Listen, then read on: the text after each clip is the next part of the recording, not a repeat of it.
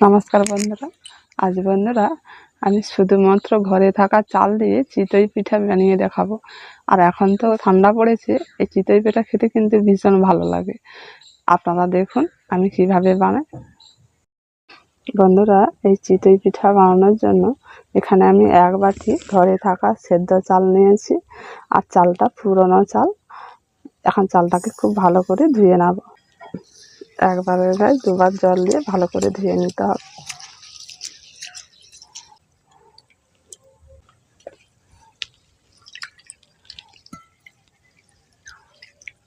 এখন চালটাকে খুব ভালো করে ধুয়ে নিয়েছি। আবার আমি এর মধ্যে জল দিয়ে দিচ্ছি। এই চালটাকে 2 থেকে 3 ঘন্টার মতো ভিজিয়ে রাখতে হবে। বন্ধুরা, এখন 3 ঘন্টা পর ভিজে চালটাকে এখন নিয়ে এলাম। দেখুন বন্ধুরা, কত সুন্দর চালগুলো ফুলে গেছে। চালগুলো কেমন সুন্দর ভেঙে ভেঙে যাচ্ছে দেখুন। এবার আমি এই চালটাকে এখন বেটে নেব। এখন চালটাকে ভালো করে একটু ছেঁকে এখন শিলের মধ্যে রেখে দিচ্ছি।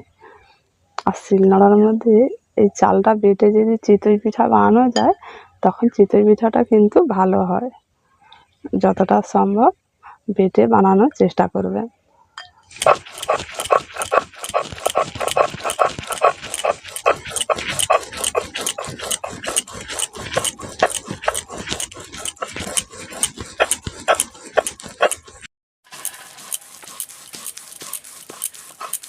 এখন এই চালগুলো বাটা হয়ে গেছে। যতটা সম্ভব ততটা মিহি করে বেটে নিয়েছি দেখুন।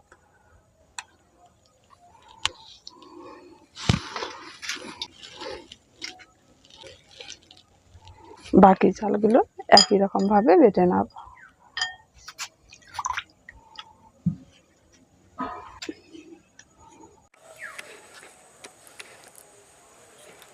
বন্ধুরা, এখন চালটা বাটা হয়ে গেছে।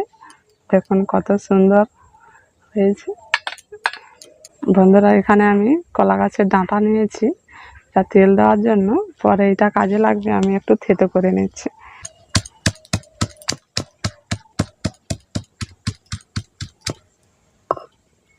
এবার পিঠেগুলো বানাবো। বন্ধুরা, এবার আমি চাল বাটার মধ্যে পরিমাণ মতো লবণটা দিয়ে দিচ্ছি। লবণটা দিয়ে ভালো করে একটু মাখিয়ে নিচ্ছি। এর মধ্যে অল্প অল্প করে জল দিয়ে একটি গাঢ় ধরনের ব্যাটার তৈরি করে নাও। খুব বেশি পাতলা করার দরকার নেই।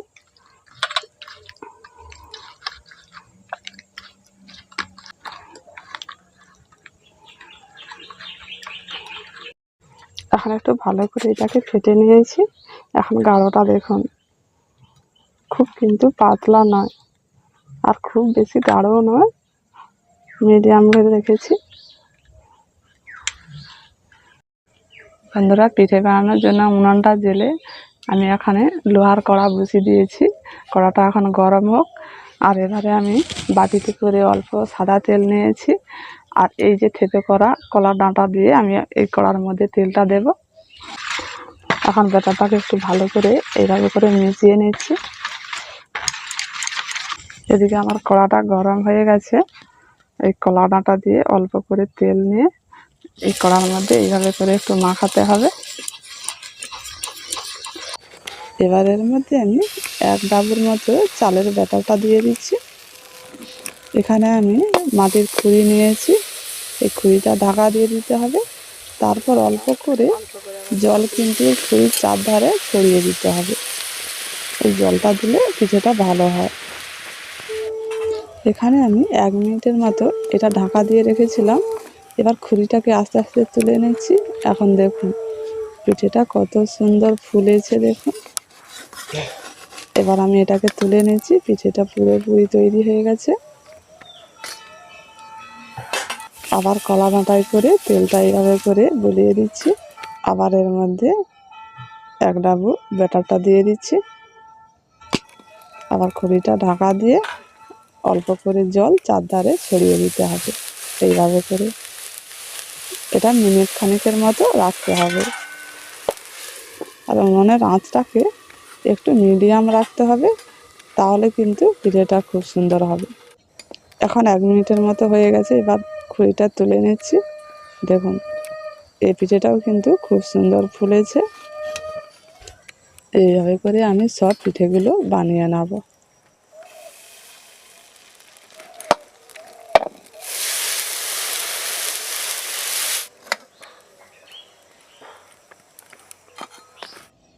আবার একটি পিঠে তৈরি হয়ে গেছে, এবার নামিয়ে নিয়েছি। দেখুন পিঠেগুলো কিন্তু সব একই রকমভাবে ফুলে গেছে। এখন বন্ধুরা এক থালা চিতই পিঠা তৈরি হয়ে গেল। পিঠেগুলো সব একই রকমভাবে ফুলেছে আর কত নরম হয়েছে দেখুন। আর পিঠার ভিতরটা দেখুন কত সুন্দর জালিদার হয়েছে। এই পিঠেগুলো খেতে কিন্তু দারুণ লাগবে আর বানাতেও খুব সোজা, কোনো ঝামেলা নেই। অবশ্যই বন্ধুরা এভাবে করে চিতই পিঠা বানিয়ে দেখবেন।